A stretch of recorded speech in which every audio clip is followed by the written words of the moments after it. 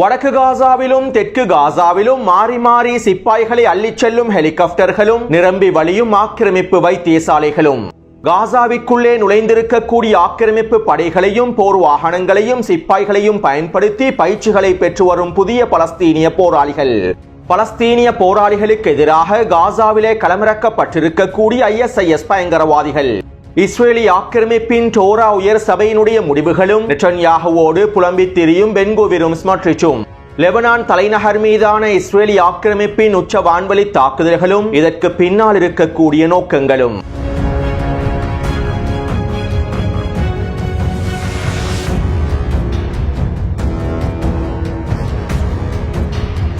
நேற்றிரவு இஸ்ரேலி ஆக்கிரமிப்பு ராணுவம் லெபனானின் தலைநகரான பெய்ரூட்டின் தெற்கு புறநகர் பிரதேசமான தஹியே பிரதேசத்தினை இலக்கு வைத்து உச்ச வான்வழி தாக்குதல்களை மேற்கொண்டிருந்தது. குறித்த பிரதேசத்தில் இருக்கக்கூடிய 5 குடியிருப்பு கட்டிடங்களை இலக்கு வைத்தே உச்ச வான்வழி தாக்குதல்களை மேற்கொண்டிருந்தது. இந்த 5 குடியிருப்பு கட்டிடங்களுக்குள்ளும் ஹிஸ்புல்லாஹ் ராணுவத்தின் ட்ரோன் படைப்பிரிவுகள் காணப்படுகின்றன. மேலும் அதிகளவான ட்ரோன் உற்பத்திகளும் குறித்த கட்டிடத்திற்குள்ளே நடைபெறுகின்றன. இதனால் நாங்கள் இந்த 5 கட்டிடங்களை இலக்கு வைத்தும் தாக்குதல்களை மேற்கொள்ளப் போகின்றோம். அவசரமாக குறித்த கட்டிடங்களில் இருக்கக்கூடியவர்கள் முழுமையாக வெளியேறி விடுங்கள் என இஸ்ரேலி ஆக்கிரமிப்பு ஆரம்பத்திலேயே எச்சரிக்கைகளையும் வெளியிட்டிருந்தது. இஸ்ரேலி ஆக்கிரமிப்பின் இந்த எச்சரிக்கைகளை தொடர்ந்து லெபனானினுடைய அரச ராணுவம் குறித்த கட்டிடங்களுக்குள்ளே குவிக்கப்பட்டன. ஹிஸ்புல்லாஹ் ராணுவத்தின் ட்ரோன்கள் களஞ்சியப்படுத்தப்பட்டு வைக்கப்பட்டுள்ளதா என்றும் ஹிஸ்புல்லாஹ் ராணுவத்தினர் ட்ரோன்களை குறித்த கட்டிடங்களிலே பதுக்கி வைத்துள்ளார்களா என்றும் லெபனானினுடைய அரச ராணுவம் முழுமையாக சோதனை செய்தது. மேலும் குறித்த கட்டிடங்களுக்குள்ளே எந்த விதமான ட்ரோன்களும் இல்லை, ட்ரோன் உற்பத்தி தொழிற்சாலைகளும் இல்லை என லெபனானினுடைய அரச ராணுவம் உத்தியோகபூர்வமாக அறிவித்தது. இருப்பினும் லெபனானினுடைய அரச ராணுவம் இவற்றினை அறிவித்து அரை மணித்தியாலங்களுக்குள்ளேயே இஸ்ரேலி ஆக்கிரமிப்பு குறித்த 5 கட்டிடங்களை இலக்கு வைத்தும் வான்வழி தாக்குதல்களை மேற்கொண்டிருந்தது. அதாவது இஸ்ரேலி ஆக்கிரமிப்பு ராணுவம் வேண்டுமென்றே இந்த பிரதேசங்களை இலக்கு வைத்து தாக்குதல்களை மேற்கொண்டுள்ளது. குறித்த கட்டிடங்களுக்குள் எந்த விதமான ட்ரோன்களும் இல்லை என உறுதி செய்யப்பட்டதற்கு பிறகும் இஸ்ரேலி ஆக்கிரமிப்பு குறித்த கட்டிடங்களை இலக்கு வைத்து வான்வழி தாக்குதல்களை மேற்கொண்டுள்ளது. மேலும் இஸ்ரேலி ஆக்கிரமிப்பின் குறித்த தாக்குதல்கள் தொடர்பாக லெபனானினுடைய ஆய்வாளர் ஒருவர் இவ்வாறு தெரிவித்துள்ளார். ஈரானுக்கு எதிரான போரை ஆரம்பிப்பதற்கு முன்பு ஹிஸ்புல்லாஹ் ராணுவத்தினை தூண்டி விடுவதற்காகவே நெட்டன்யாஹூ இவ்வாறான வான்வழி தாக்குதல்களை லெபனானுக்குள்ளே மேற்கொண்டு வருகின்றார். நெட்டன்யாஹூ ஈரானுக்கு எதிரான போரை ஆரம்பிக்கும் சந்தர்ப்பத்தில் நெட்டன்யாஹூவுக்கு உச்ச அழுத்தங்களை வழங்குவதற்காக ஹிஸ்புல்லாஹ் ராணுவத்தினர் இஸ்ரேலுக்கு எதிரான தாக்குதல்களை மீண்டும் ஆரம்பிக்கலாம். நெட்டன்யாஹூ ஈரானுக்கு எதிரான போரை ஆரம்பித்ததும் ஹிஸ்புல்லாஹ் ராணுவத்தினர் இஸ்ரேலுக்கு எதிரான அடுத்த கட்ட தாக்குதல்களையும் ஆரம்பித்து விடலாம். லெபனானிலே யுத்த நிறுத்தம் ஏற்படுத்தப்பட்டதற்கு பிறகு ஹிஸ்புல்லாஹ் ராணுவத்தினர் மறைமுகமாக அவர்களை பலப்படுத்துவதற்கான எல்லாவிதமான வேலை திட்டங்களையும் மேற்கொண்டு வருகின்றார்கள். முக்கியமான தலைமைகளின் இழப்புகளில் இருந்து மீண்டு வருவதற்காகவும் உட்கட்டமைப்புகளை முழுமையாக மீள கட்டமைப்பதற்காகவும் எல்லாவிதமான வேலை திட்டங்களையும் ஹிஸ்புல்லாஹ் ராணுவத்தினர் மேற்கொண்டு வருகின்றார்கள். மேலும் இதனை நெட்டன்யாஹூ விரும்பவில்லை. இதனால் தான் ஈரானுக்கு எதிரான போரை ஆரம்பிப்பதற்கு முன்பு லெபனானிலே உச்ச வான்வழி தாக்குதல்களை மேற்கொண்டு ஹிஸ்புல்லாஹ் ராணுவ தூண்டிவிட்டு லெபனானினுடைய தஹியே பிரதேசத்தினை முழுமையாக தரைமட்டமாக்கி ஹிஸ்புல்லாவை மேலும் பலவீனப்படுத்தி தன்னுடைய இலக்குகளை அடைந்து கொள்ள வேண்டும் என்பதற்காகவே நெட்டன்யாஹூ எல்லாவிதமான முயற்சிகளையும் மேற்கொண்டு வருகின்றார். ஈரானுக்கு எதிரான போரை ஆரம்பிப்பதற்கு முன்பு ஹிஸ்புல்லாஹ் ராணுவத்தினை மேலும் பலவீனப்படுத்துவதற்கு நெட்டன்யாஹூ விரும்புகின்றார். இதற்கான உச்ச தாக்குதல்களை தான் தற்போது லெபனானினுடைய தலைநகரில் இவர்கள் மேற்கொண்டு வருகின்றார்கள் என லெபனானினுடைய ஆய்வாளர் ஒருவர் கருத்துக்களை வெளியிட்டிருந்தார். அடுத்து நேற்றிரவு யமன் ஹவுதி ராணுவத்தினர் ஹைப்பர்சோனிக் பாலிஸ்டிக் ஏவுகணைகளை பயன்படுத்தி டெல் அவீவ் பிரதேசத்தையும் ஜெருசலம் பிரதேசத்தையும் இலக்கு வைத்து தாக்குதல்களை மேற்கொண்டிருந்தார்கள். மேலும் டெல் அவீவின் வடக்கு பிரதேசத்தை இலக்கு வைத்து யஃபா ட்ரோன் தாக்குதல்களையும் மேற்கொண்டிருந்தார்கள். இந்த தாக்குதல்களினால் டெல் அவீவ் பிரதேசமும் ஜெருசலம் பிரதேசமும் முழுமையாக முடக்கப்பட்டிருந்தது. மேலும் வழமை போன்று இஸ்ரேலி ஆக்கிரமிப்பின் பென்குரியன் விமான நிலையமானது முழுமையாக முடக்கப்பட்டுள்ளது.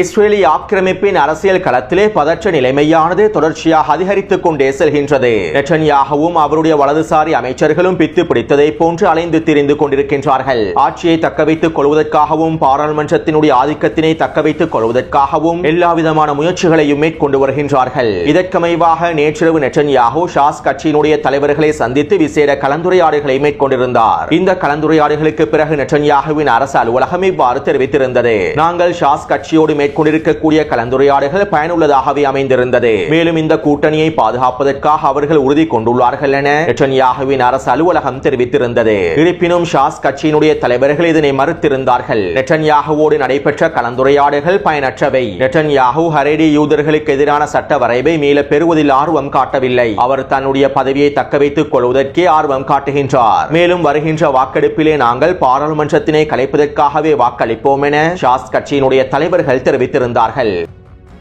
அத்தோடு நேற்றிரவு டோரா உயர் சபையினுடைய தலைவர்கள் மிக முக்கியமான கலந்துரையாடல்களை மேற்கொண்டிருந்தார்கள். தற்போதைய சூழ்நிலையில் எவ்வாறான முடிவுகளை எடுக்க வேண்டும் என்பது தொடர்பாகவே குறித்த கலந்துரையாடல்களை மேற்கொண்டிருந்தார்கள். மேலும் வருகின்ற வாக்கெடுப்பில் பாராளுமன்றத்தினை கலைப்பதற்கான முழுமையான ஆதரவையும் வழங்கப் போவதாகவும் டோரா உயர் சபையினுடைய தலைவர்கள் தெரிவித்துள்ளார்கள். நாங்கள் இந்த பாராளுமன்றத்தினை கலைத்து புதிய பிரதமரை தெரிவு செய்து ஹரேடி யூதர்களை பாதுகாக்கக்கூடிய புதிய சட்டங்களை உருவாக்குவோம் என டோரா உயர் சபையினுடைய தலைவர்கள் இஸ்ரேலி ஆக்கிரமிப்பு ஊடகங்களிடம் தெரிவித்துள்ளார்கள்.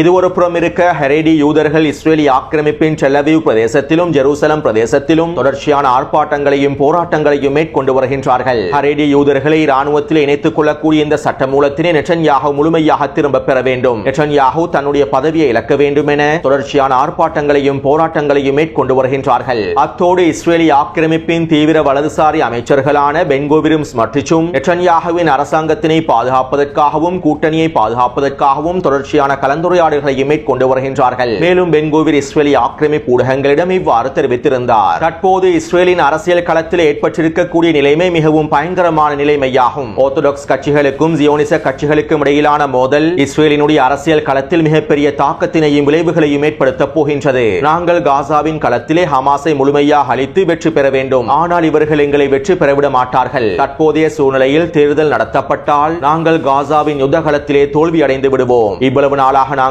காசாவின் யுத்த களத்திலே அடைந்து கொண்ட வெற்றிகள் அனைத்தும் முழுமையாக சிதைவடைந்துவிடும். தற்போதைய சூழ்நிலையில் ஹமாஸை தோற்கடிப்பதற்கு நாங்கள் ஒற்றுமையாக பயணிக்க வேண்டும் என வலதுசாரி அமைச்சரான பென்குவிர் தெரிவித்துள்ளார். அத்தோடு இஸ்ரேலி ஆக்கிரமிப்பின் அடுத்த பிரதமராக தெரிவு செய்யப்படுவார் என்று எதிர்பார்க்கக்கூடிய பென்னி கான்ட்ஸ் இஸ்ரேலி ஆக்கிரமிப்பின் எதிர்க்கட்சிகளை ஒன்றிணைத்து உச்சக்கட்ட பேச்சுவார்த்தைகளை மேற்கொண்டு வருகின்றார். அடுத்த வாரம் பாராளுமன்றத்திலே நெட்டன்யாகுவின் அரசாங்கத்தினை கலைத்துவிட்டு எவ்வாறு புதிய அரசாங்கத்தினை ஆரம்பிப்பது என்பது தொடர்பாகவும் தேர்தல் களத்தை வெற்றி கொள்வது தொடர்பாகவுமே அடுத்த கட்ட பேச்சுவார்த்தைகள் மேற்கொள்ளப்பட்டு வருவதாகவும் இஸ்ரேலி ஆக்கிரமிப்பு ஊடகங்கள் செய்திகளை வெளியிட்டுள்ளன. சுருக்கமாக குறிப்பிடுவதாக இருந்தால் ஒட்டுமொத்த எதிர்க்கட்சிகளும் ஒன்றிணைந்து பாராளுமன்றத்தினை முழுமையாக கலைத்து நெட்டன்யாகுவை பதவியிலிருந்து தூக்கி எறிந்துவிட்டு தேர்தல் ஒன்றினை நடத்துவதற்கான எல்லாவிதமான வேலை திட்டங்களையும் முன்னெடுத்து வருகின்றார்கள்.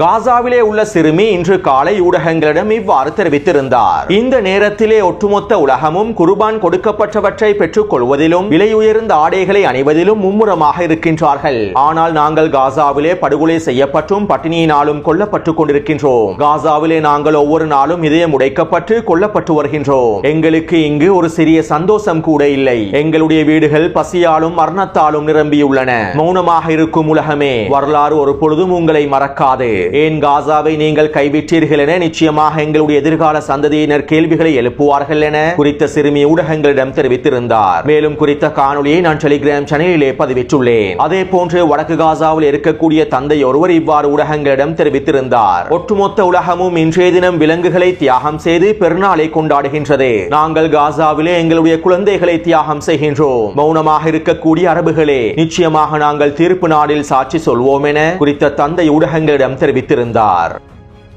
அடுத்து காசாவின் ரஃபா எல்லை பிரதேசத்திலே களமிறக்கப்பட்டிருக்கக்கூடிய யாசர் அல் ஷபாபினுடைய கொள்ளை கும்பல் தொடர்பாக முன்னே காணொலிகளில் பல விடயங்களை குறிப்பிட்டிருந்தேன். ISIS பயங்கரவாதிகளோடும் போதைப் பொருள் கடத்தல்களோடும் தொடர்பு பட்டிருக்கக்கூடிய யாசர் அல் ஷபாபுக்கும் அவருடைய கொள்ளை கும்பலுக்கும் தேவையான அனைத்து விதமான ஆயுதங்களையும் பொருளாதார உதவிகளையும் இஸ்ரேலி ஆக்கிரமிப்பை மேற்கொண்டு வருகின்றது. மேலும் ஆக்கிரமிப்பு சிறைச்சாலையில் இருக்கக்கூடிய கொள்ளைக்காரர்களையும் கொலைக்காரர்களையும் யாசர் அல் ஷபாபினுடைய குழுவிலே இஸ்ரேலி ஆக்கிரமிப்பு இணைத்துள்ளது. இப்படியான நிலைமையில் தற்போது எகிப்தின் சினாய் பிரதேசத்தில் இருக்கக்கூடிய ISIS பயங்கரவாதிகளையும் யாசர் அல் ஷபாபினுடைய கொள்ளை கும்பலில் இணைப்பதற்கான வேலை திட்டங்களை இஸ்ரேலி ஆக்கிரமிப்பு மேற்கொண்டுள்ளது. இதற்கமைவாக கடந்த ஒரு வாரத்திற்குள்ளே மாத்திரம் 100க்கும் அதிகமான ISIS பயங்கரவாதிகள் யாசர் அல் ஷபாபினுடைய கொள்ளை கும்பலோடு இணைக்கப்பட்டிருப்பதாகவும் சில தகவல்கள் கசிவடைந்துள்ளன. மேலும் இவற்றை உறுதிப்படுத்தும் வகையில் இஸ்ரேலி ஆக்கிரமிப்பின் முன்னாள் பாதுகாப்பு அமைச்சர் அவிக்டோர் லிபர்மன் இவ்வாறு தெரிவித்துள்ளார். ரஃபாவிலே நெட்டன்யாகு மிகவும் பாரதூரமான விடயங்களை மேற்கொண்டு வருகின்றார். ISIS பயங்கரவாதி பயங்கரவாதிகளோடு நேரடியாக தொடர்பு பட்டிருக்கக்கூடிய குழுக்களுக்கும் கொள்ளை கும்பல்களுக்கும் நெட்டன்யாஹூ நேரடியான உதவிகளை வழங்கி வருகின்றார். இஸ்ரேலினுடைய அமைச்சரவையிலும் பாதுகாப்பு சபையிலும் இதற்கான எந்தவிதமான அனுமதியையும் நெட்டன்யாஹூ பெற்றுக் கொள்ளவில்லை. மேலும் எந்தவிதமான அனுமதியும் இல்லாமலேயே நெட்டன்யாஹூ இவ்வாறான வேலை திட்டங்களை மேற்கொண்டு வருகின்றார் என முன்னாள் பாதுகாப்பு அமைச்சர் அவிக்டோர் லிபர்மன் தெரிவித்திருந்தார். இதைத் தொடர்ந்து நெட்டன்யாஹுவின் அரசு அலுவலகம் அறிக்கை ஒன்றை வெளியிட்டிருந்தது. நாங்கள் காசாவிலே ஹமாஸை தோற்கடிப்பதற்காக எல்லாவிதமான வேலை திட்டங்களையும் மேற்கொள்வோம். ஹமாஸை பலவீனப்படுத்துவதற்காக நாங்கள் எதையும் செய்வோம். மேலும் பாதுகாப்பு சபை தலைவர்களின் அனுமதியை பெற்றே நாங்கள் இந்த வேலை திட்டங்களையும் மேற்கொண்டுள்ளோம். அவிக்டோர் லிபர்மன் போலியான கருத்துக்களையே முன்வைத்துள்ளார். இவற்றை நாங்கள் ஒருபொழுதும் ஏற்றுக்கொள்ள முடியாது என நெட்டன்யாஹுவின் அரசு அலுவலகம் வெளியிட்ட அறிக்கையில் குறிப்பிடப்பட்டிருந்தது. இதைத் தொடர்ந்து இஸ்ரேல் ஆக்கிரமிப்பின் எதிர்க்கட்சி தலைவர் யாயர் லாபிட் இவ்வாறு தெரிவித்தார். நெட்டன்யாஹூ காசாவிலே ISIS ஓடு தொடர்பு பட்டிருக்கக்கூடியவர்களுக்கு முழுமையான ஆயுதங்களை வழங்கி வருகின்றார். எந்தவிதமான மூலோபாய திட்டமும் இல்லாமலேயே நெட்டன்யாஹூ இந்த விடயத்தினை மேற்கொண்டு வருகின்றார். இது இஸ்ரேலின் எதிர்காலத்திற்கு மிகப்பெரிய அச்சுறுத்தலை ஏற்படுத்தக்கூடியதாகும். மேலும் நெட்டன்யாஹுவின் இந்த அரசாங்கம் முழுமையாக கலைக்கப்பட வேண்டும் என இஸ்ரேலிய ஆக்கிரமிப்பின் எதிர்க்கட்சி தலைவர் யாயர் லாபிட் தெரிவித்திருந்தார். எனவே தற்போது ரஃபாயிலே பிரதேசத்தில் இயங்கி வரக்கூடிய யாசர் அல் ஷபாபோடும் அவனுடைய கொள்ளை கும்பல்களோடும் ISIS பயங்கரவாதிகளும் களமிறக்கப்பட்டுள்ளார்கள் என்பதனை இஸ்ரேலிய தரப்பினரை உறுதி செய்துள்ளார்கள். கிட்டத்தட்ட 100க்கும் அதிகமான ISIS பயங்கரவாதிகள் யாசர் அல் ஷபாபின் கொள்ளை கும்பலோடு இணைக்கப்பட்டிருப்பதாகவே தெரிவிக்கப்படுகின்றது. காசாவிலே இஸ்ரேலிய ஆக்கிரமிப்பு ராணுவத்திற்கு பலஸ்தீனிய போராளிகளை முழுமையாக எதிர்க்க முடியவில்லை. பலஸ்தீனிய போராளிகளை பலவீனப்படுத்த முடியவில்லை. எனவே இந்த சந்தர்ப்பத்தில் யாசர் அல் ஷபாபையும் அவனுடைய கொள்ளை கும்பல்களையும் பயன்படுத்தி ISIS பயங்கரவாதிகளையும் களமிறக்கி பலஸ்தீனிய எதிர்ப்பு குழுக்களுக்கு எதிரான தாக்குதல்களை மேற்கொள்வதற்காகவுமே இஸ்ரேலிய ஆக்கிரமிப்பு இவ்வாறான திட்டங்களை வகுத்துள்ளது. சுருக்கமாக குறிப்பிடுவதாக இருந்தால் காசாவிலே பலஸ்தீனிய போராளிகளை அழிப்பதற்காகவும் பலஸ்தீனிய போராளிகளை பலவீனப்படுத்துவதற்காகவும் யாசர் அல் ஷபாபினுடைய தலைமைக்கு கீழால் ஒரு மிகப்பெரிய ISIS பயங்கரவாத குழு ஒன்றையே அமைத்து வருகின்றார்கள். அத்தோடு யாசர் அல் ஷபாபையும் அவனுடைய கொள்ளை கும்பல்களையும் அவர்களோடு இணைந்திருக்கக்கூடிய ISIS பயங்கரவாதிகளையும் முழுமையாக அழிப்பதற்கான எல்லாவிதமான இராணுவ நடவடிக்கைகளையும் பலஸ்தீனிய போராளிகளும் மேற்கொண்டு வருகின்றார்கள்.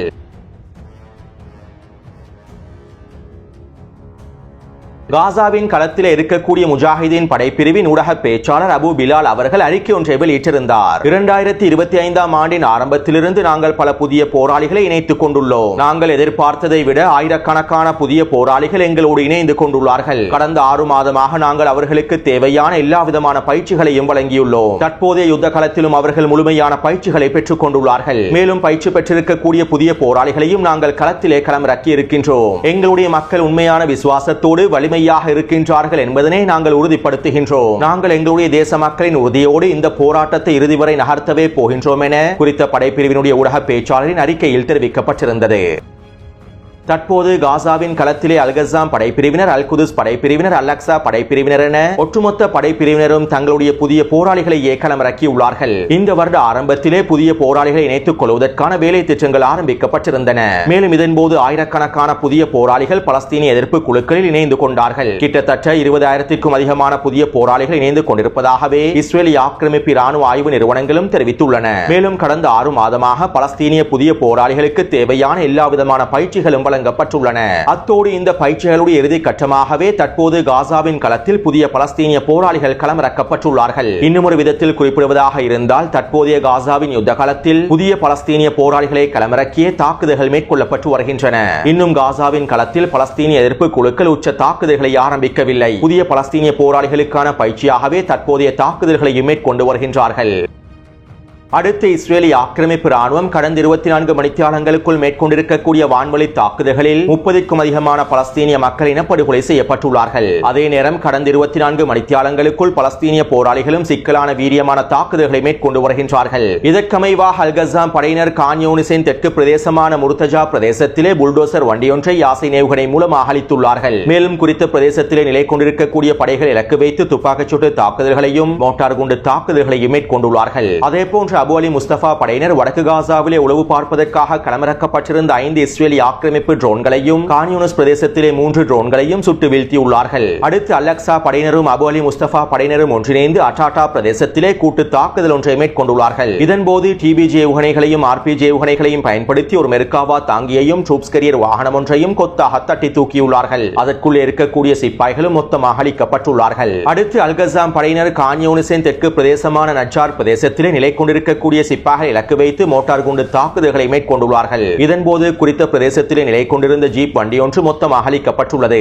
அதனோடு இருக்கக்கூடிய சிப்பாய்களும் முழுமையாக அழிக்கப்பட்டுள்ளார்கள். அடுத்து அல்கசாம் படையினர் ஜபலியாவின் கிழக்கு பிரதேசத்திலே யாசின் ஏவுகணையையும் ஷவாஸ் வெடிகுண்டையும் பயன்படுத்தி ஒரு ட்ரூப்ஸ் கேரியர் வாகனம் ஒன்றை வெடிக்கச் செய்துள்ளார்கள். மேலும் இவர்களை அள்ளிச் செல்வதற்காக வருகை தந்த ஜீப் வண்டி ஒன்றை இலக்கு வைத்தும் ஏவுகணை தாக்குதல்களை மேற்கொண்டுள்ளார்கள். இந்த தாக்குதலிலே குறித்த ஜீப் வண்டியும் அதற்குள்ளே இருக்கக்கூடிய சிப்பாய்களும் மொத்தமாக அழிக்கப்பட்டுள்ளார்கள். அடுத்து அல் குதுஸ் படையினர் கான் யூனிஸின் தெற்கு பிரதேசமான அல் நஜ்ஜார் பிரதேசத்திலே பெரல் வெடிகுண்டை பயன்படுத்தி ஒரு ட்ரூப்ஸ் கேரியர் வாகனத்தையும் அதனோடு வந்த படையையும் மொத்தமாக தட்டி தூக்கியுள்ளார்கள். குறித்த ட்ரூப்ஸ் கேரியர் வாகனமானது முழுமையாக தீக்கிரையாக்கப்பட்டிருப்பதாகவும் தெரிவிக்கப்படுகின்றது. இந்த தாக்குதலை தொடர்ந்து குறித்த பிரதேசத்திற்கு வருகை தந்த மெர்காவா போர்த்தாங்கி வாகனம் ஒன்றையும் யாசின் ஏவுகணை மூலமாக தட்டி தூக்கியுள்ளார்கள். அடுத்து இன்று மாலை கான் யூனிஸின் கிழக்கு பிரதேசத்தில் அல்கசாம் படையினர் சிக்கலான தாக்குதல் ஒன்றை மேற்கொண்டுள்ளார்கள். குறித்த பிரதேசத்தில் இஸ்ரேலி ஆக்கிரமிப்பின் உயரடுக்கு படைப்பிரிவான மெகலன் படைப்பிரிவினுடைய 20க்கும் அதிகமான சிப்பாய்கள் ஒரு வீடொன்றிற்குள்ளே பதுங்கியிருந்துள்ளார்கள். குறித்த பிரதேசத்திலே தாக்குதல்களை மேற்கொண்டு விட்டு ஓய்வெடுப்பதற்காகவே மகளன் படைப்பிரிவினர் குறித்த வீச்சிலே தங்கியுள்ளார்கள். இருப்பினும் இந்த மகளன் படைப்பிரிவினர் குறித்த வீச்சை அடைவதற்கு முன்பே பலஸ்தீனிய போராளிகள் குறித்த வீச்சிலே பொறிகளை வைத்துள்ளார்கள். இதனால் இவர்கள் வீச்சை அடைந்ததும் குறித்த பொறியானது வெடிக்கச் செய்யப்பட்டு ஒட்டுமொத்த வீடும் சிதைக்கப்பட்டுள்ளது.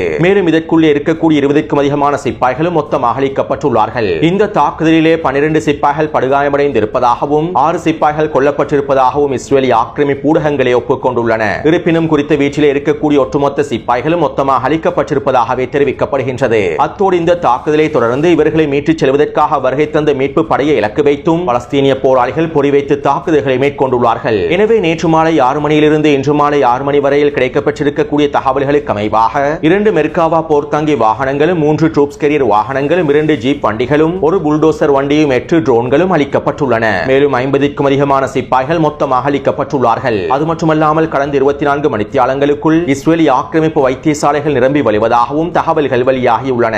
எனவே இந்த காணொளி தொடர்பான கருத்துக்களை பதிவிடுங்கள். தொடர்ந்தும் என்னுடன் இணைந்திருங்கள். நன்றி, வணக்கம்.